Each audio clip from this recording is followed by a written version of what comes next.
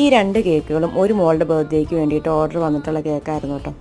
ഒരെണ്ണം half K ജിയും ഒരെണ്ണം 1 kg ആയിരുന്നു. ഹാഫ് കെ ജി കേക്ക് ആൾക്ക് അങ്കൻവാടി കൊണ്ടുപോകാനും 1 kg കേക്ക് അവർക്ക് വീട്ടിൽ മുറിക്കാനും വേണ്ടിയിട്ടായിരുന്നു. രണ്ടും വാനിലയായിരുന്നു ഫ്ലേവർ.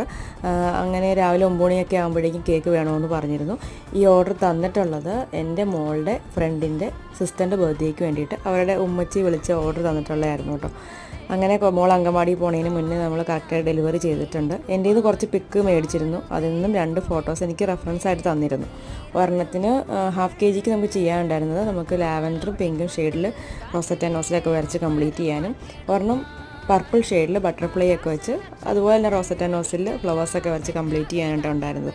അങ്ങനെ 2 കേക്കുകളും റൈറ്റിങ്സൊക്കെ എഴുതി വെച്ച് ലുക്ക് കംപ്ലീറ്റ് ചെയ്തെടുക്കുന്നുണ്ട്.